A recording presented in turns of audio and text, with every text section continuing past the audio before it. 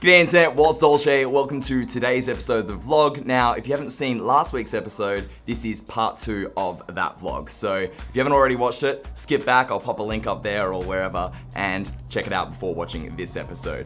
With that said, stay tuned because this is an episode for anyone that's wanting to get involved in the public speaking space. Specifically, we're gonna be talking about how to get your first speaking gig, how to get more gigs, how to build a keynote presentation, how to create content around your speaking so that you can get more gigs, and also how to get a speaking agent. So with that said, let's cue the intro and I will see you inside. Peace.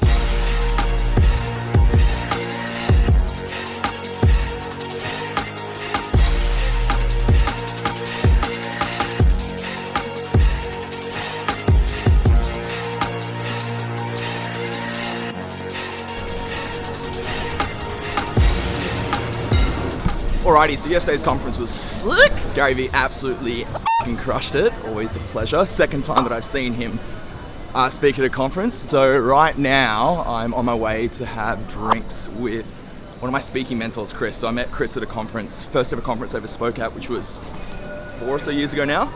So yeah, on my way now. Should be a good time, have a catch up and go from there. Woo! You guys open? We are indeed. Perfect. Ah, there he is. What's up, man? How you doing? Good times. Winner. Look at that lens. It's not bad. That's crazy. Not bad. Gets the job done. Doesn't it? What's up, man? So, how do you and I know each other, Chris? Am I allowed to say Yeah, I mate. Mate, it wouldn't be Australian. Mate. If it wasn't. Yes.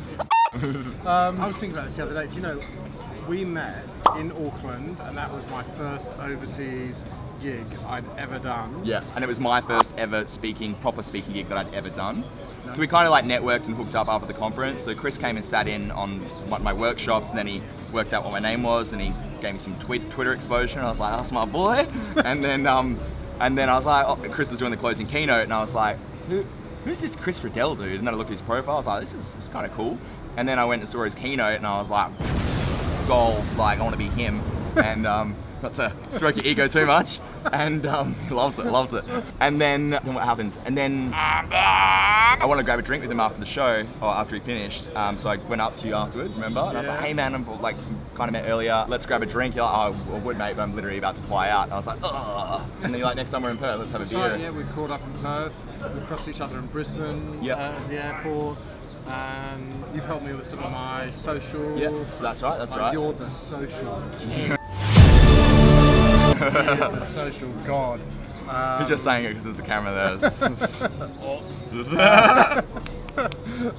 We've been friends ever since, I guess. Yeah, that's been like years. Yeah. I'm gonna give him a plug. I'm gonna link some links.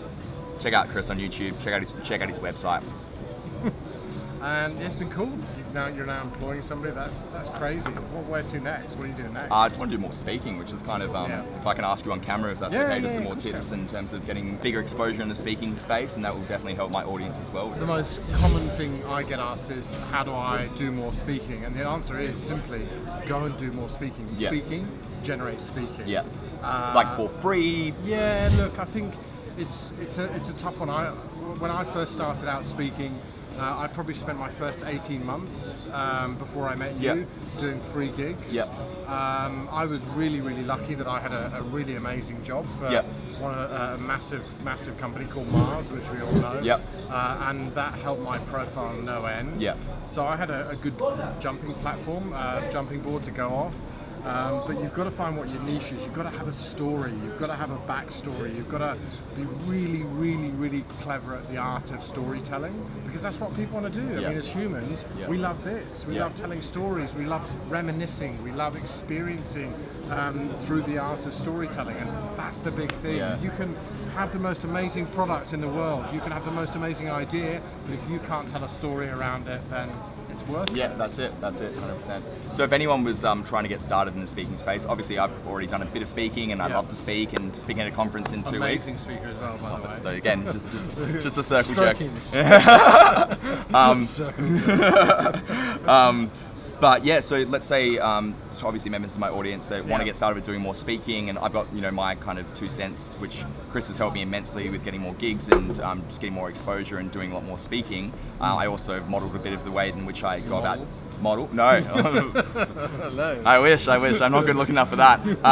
I've modeled a lot of my keynotes which I present off the way in which you present, which is awesome. No, it's a true story. Cool. Like, yeah, so I picked up a lot of just the formulaic way in which you go about telling the story, setting up the audience, the comedy that you not the comedy, the comedy really, like the way in which you make, the entertainment, like infotainment. That's how I like to think about it.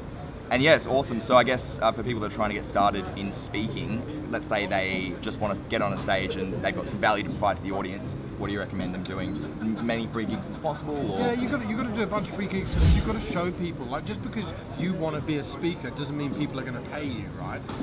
You've got to show people why you're worth. It's that value proposition. Yeah. Right? You've got to show people why you're worth whatever is the price that you've got out there. Just because you think you're great. You need to show people why you're great and why you're thinking. The biggest challenge we have, the biggest challenge I think in the speaker market is there's heaps of speakers out there, masses of them. And you've got to cut through that noise, just like any other business, right? You've got to find what your sweet spot is, what your unique thing is, what your backstory, why you're different, and run with it. And it's an amazing career. It's by far the best fun I've ever had. That's and it's, awesome. I would, if I didn't have bills to pay, I would do it for free. Yeah, that's awesome. It's that amazing. It's exhausting. It is. There are highs, there are lows. It is one of the. Chris pretty much lives on a plane, and he's perpetually jet lagged all the time. That would be a fair statement. I live in an entire state of jet lag, but it's cool. It's exciting. You get to see. It's like life's an adventure, right? It and you're getting paid to do it, and then you're also impacting people in a positive way, providing a lot of value to organisations. And the three things I always remember when I'm building my keynotes and I'm building what I call my experiences. Three things you want to do: entertain, inform, and inspire.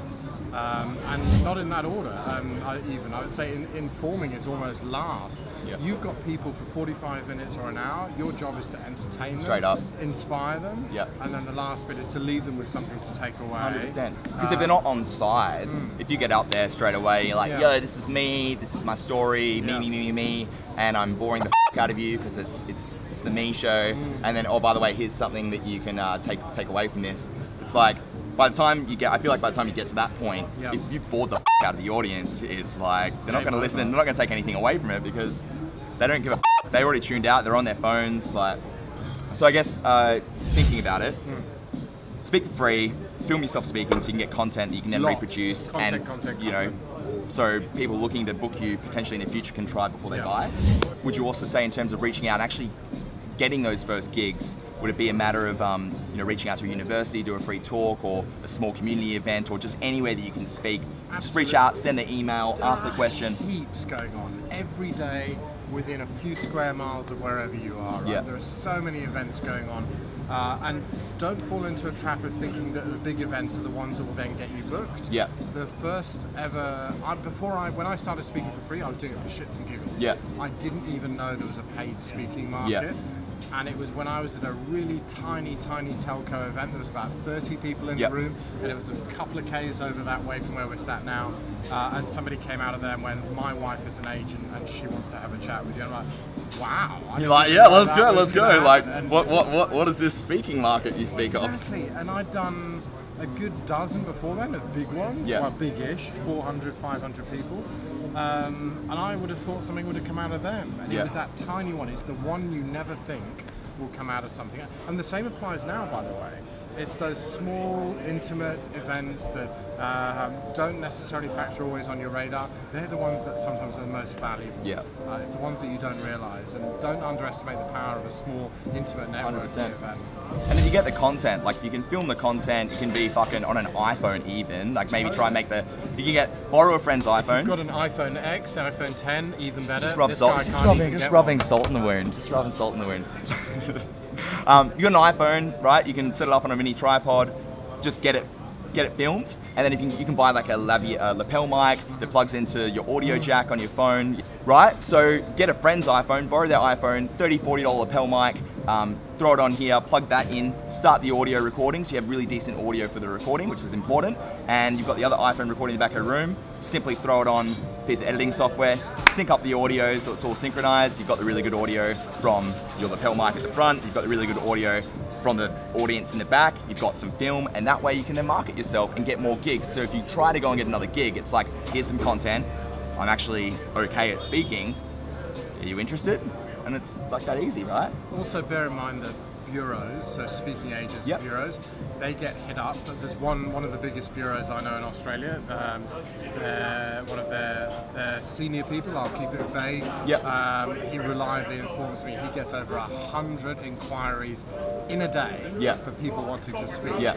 You've got to cut through that noise somehow. Yep. So you've got to have something exceptional. Yep. If you hit up a bureau, have a really good portfolio, have something amazingly strong, because you've got to cut through That's it. all the dross. That's it. And would you recommend, like, if you do eventually, as a speaker, get down to the speaking bureau path, would you recommend having a solid portfolio of examples of you speaking in the past, so that when you make that first impression, it's something that's like, yo, this dude's got something, or this chick's got something? I take a step back. A bureau wants to take you on if you're going to make them money. Yep.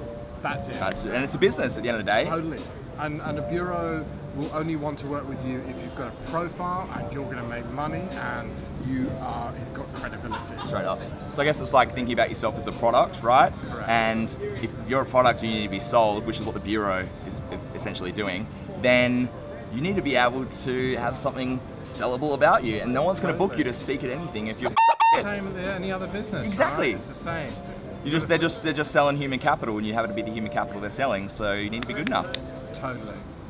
Yeah. Thank you so much for the chat, Chris. Appreciate Thanks, it. buddy. Love it. Always Love a your pleasure. work. Got some alcohol, gonna have a drink, have a catch up. Anyway, my name is Paul Ramondo. If you're not already subscribed, hit the subscribe button, and if you enjoyed this video, smash the like button. Get yourself an iPhone 10. Yeah, before I do, because it'll probably happen before mine gets here. Apart from that, let's cue the explosion, and I will see you next week. Peace! Oops. I spilt the glass. I mean, I'm really upset that I spilt the whiskey, but it's going to make some really fun content. And I'm not even upset that it might have gone on Chris's phone because it's waterproof. Peace.